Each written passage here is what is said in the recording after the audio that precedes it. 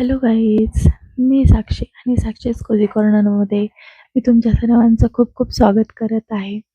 आणि मी जसं की फलटणला आले होते म्हणजेच माझ्या माहेरी आणि नंतर आता मी निघाले आहे पुण्याला.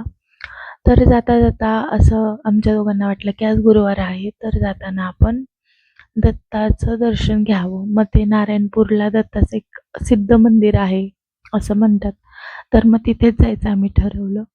मग आम्ही आलो नारायणपूरला.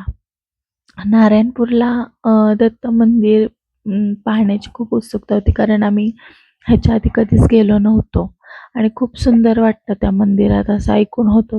मग विचार केला की जाऊन बघावं. हे ते दत्त मंदिर आहे. आता आम्ही इथे पोहोचलो आणि गाडी पार्किंगला लावायला गेले.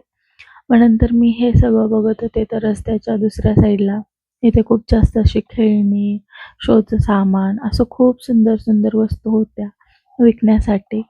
मग आता तुम्हाला माहिती आहे, बायका असल्या की पहिल्यांदा असं काही दिसलं की आपण बघायला तर जातो. पण म्हटलं आता चला पहिल्यांदा तर दर्शन करायला जाऊयात. मग आम्ही दत्त मंदिरात हे एंट्री घेतली. तर मग सुरुवातीलाच हे शॉप होतं, तिथून आम्ही ते डाळगुळ वगैरे घेतले. मग सुरुवातीला दारातच असं उंबराचं झाड आणि पादुका आहेत आणि इथे श्री नारायण महाराज यांच्या सर्व आठवणी अशा फ्रेम बनवून लावलेल्या आहेत.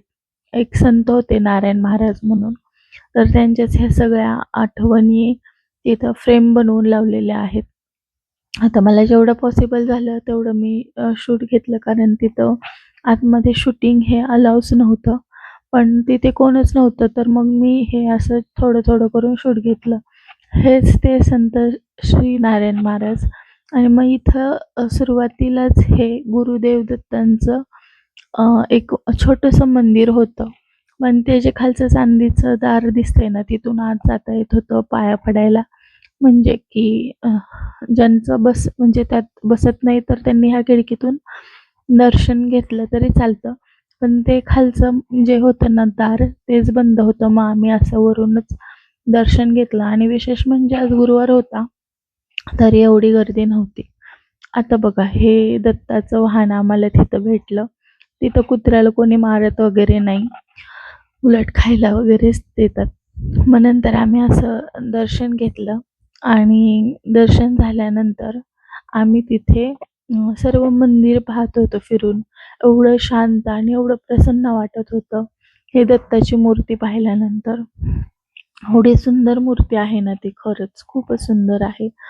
मग नंतर आहोंनी पण असं दर्शन घेतलं आणि आम्हाला ते पादुकांचं दर्शन करून देतात, आतमध्ये नाहीच जाऊन देत.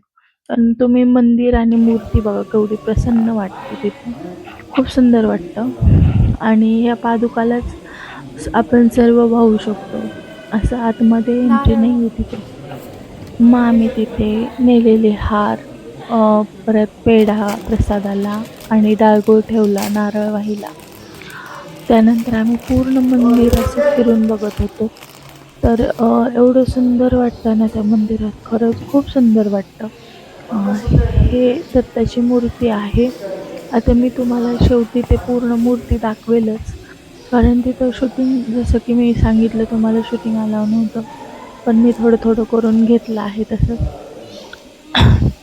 ही एक छोटी खिडकी आहे, इकडं पण सगळे पाया पडतात. असं ह्या मंदिराला अशा 2 छोट्या खिडक्या आहेत, जेणेकरून आपण दत्ताचं परत दर्शन घेऊ शकतो.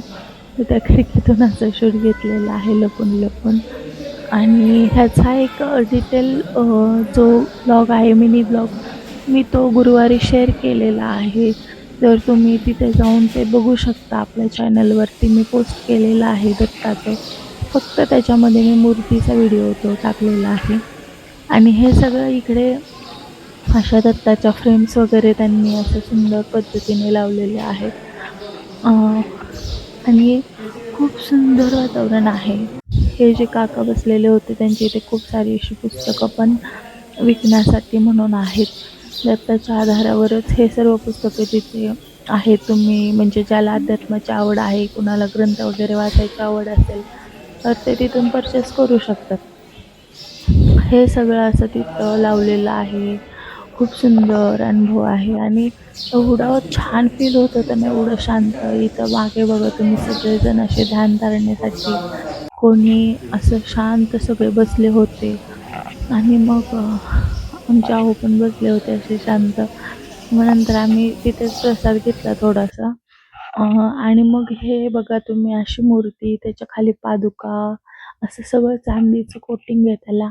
एवढं सुंदर वाटतं ना त्या मूर्तीला बघून, असं वाटतं घरीच जाऊ नये, तिथेच बघत बसावं. पण एवढं प्रसन्न वातावरण आहे त्या मंदिरात. जर तुम्ही कधी गेला नसाल नारायणपूरला, तर नक्की एकदा गुरुवारचं जाऊन या. खूप छान मंदिर आहे. मेन म्हणजे ती मूर्तीच एवढी प्रसन्न आहे ना, त्या मूर्तीकडेच बघत बसावंसं वाटतं आणि खूप जास्त मोठी मूर्ती आहे. मी ह्याच्या आधी अशी मूर्ती नव्हती पाहिली कधी दत्ताची एवढी मोठी.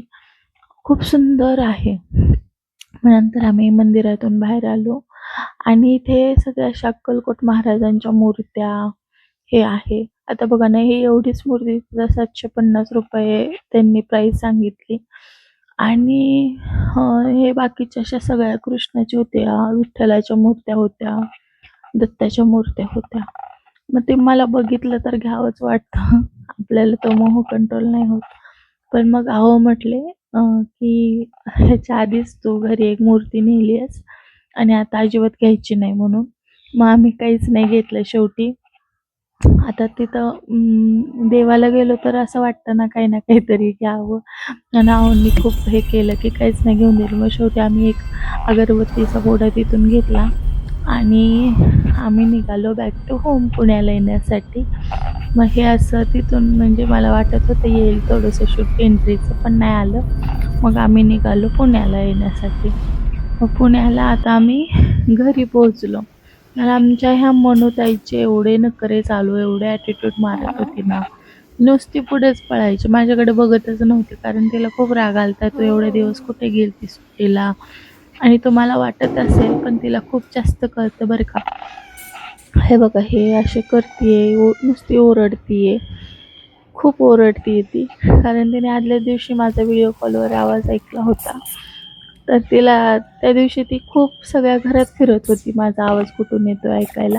आणि आज मी आले तरी अशी नखरे करते बघा ना, एवढ्या लांबून जवळ पण येत नाहीये, दारातून कशी जाते बघा.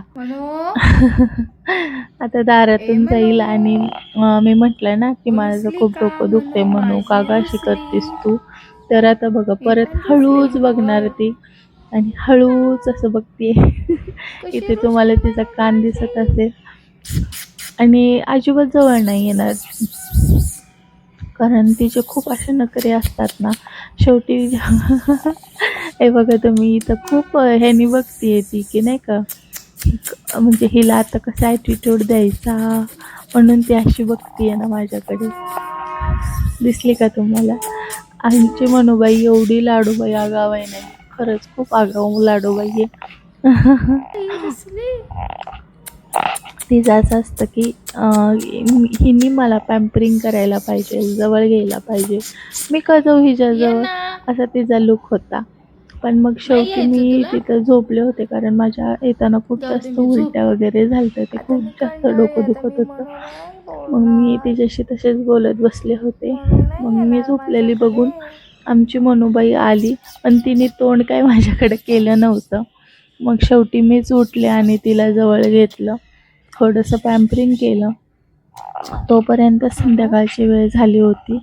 मग थोडंसं आता घरी आलोय तर राडा वगैरे होताच घरी. आता तुम्हाला नेक्स्ट मिनी ब्लॉगमध्ये मी दाखवेलच काय झालं होतं ते. पण मग थोडंसं हिला पण वेळ दिला. सो असाच काहीचा आजचा दिवस होता. आल्यानंतर खूप जास्त मला लो फील होत होतं, पसारा पण आवरायचा होता. मी ह्या वेळेस गेलते माहेरी, तर खूप जास्त वेळ असा एकदम काम न करता घालवला आणि आल्यानंतर हा सगळा पसारा. तर तुम्ही समजून घ्या माझी मनस्थिती काय झाली असेल. मग अशी मनोबाईचे मी लाड केले थोडे, तिला पॅम्परिंग केलं, तिला गुंजरलं, तेव्हा ती जरा माझ्यावरचा रुसवा कमी झाला. असाच काहीचा आजचा ब्लॉग होता. तुम्हाला आवडला असेल तर